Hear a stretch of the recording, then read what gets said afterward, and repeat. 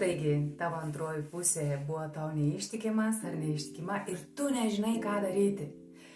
Tiesiog nori išsaugoti šeimą, bet galvoje tarakonai, visokie neapykanta, ta prasme, tam žmogui ir taip toliau.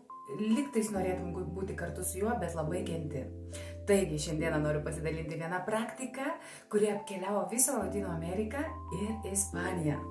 Tai klausykis. Visų pirma, kada atrasi laiko būti kartu viena su savimi ar viena su savimi, tiesiog paimk telefoną, va taip kaip dabar aš stoviu ir įrašyk viską, ką jauti šitam žmogui dėl to, kad jisai buvo tau neištikimas. Tiesiog viską, jausmus, kaip tu jautiesi, koks įžeidinė, kaip tu nori, koks jisai ten tarakonas dviejų kojų, koks jisai nežinau ką, koks jisai eržilas ir taip toliau ir panašiai. Tiesiog viską išsakai, išverki, išrėki ir 2 savaitės žiūri šitą video 10 kartų. Per 2 savaitės turi pažiūrėti tą video. Ir žiūrėdama tą video yra 3 dalykai, kuriuos turi sekti. Ta prasme, žiūrėdama tą video, tu niekada negali spręsti apie save. Pavyzdžiui, oi, kokia aš čia susiraukšlėjus, oi, čia kaip, kokia mano nosis ar kažką tai. Ne. Tiesiog nieko nesprendi apie save, nekritikuoji savęs. Čia pirmas dalykas. Antras dalykas, atkreipi dėmesį į kiekvieną išreikštą jausmą. Kiekvieną mimiką veido, kaip tau skauda ir taip toliau. Bet negaili savęs. Tiesiog į viską atkreipi dėmesį.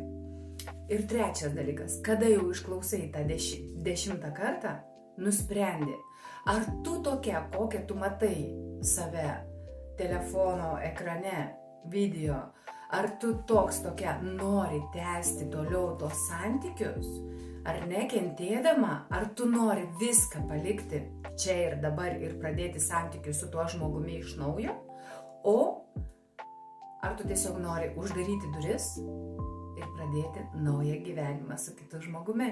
Arba tiesiog pradėti naują gyvenimą pati su savimi, nebūtina kitas žmogus, ar ne? Tai va, čia turi tu nuspręsti, bet patikėk manim, šita terapija yra labai efektyvi.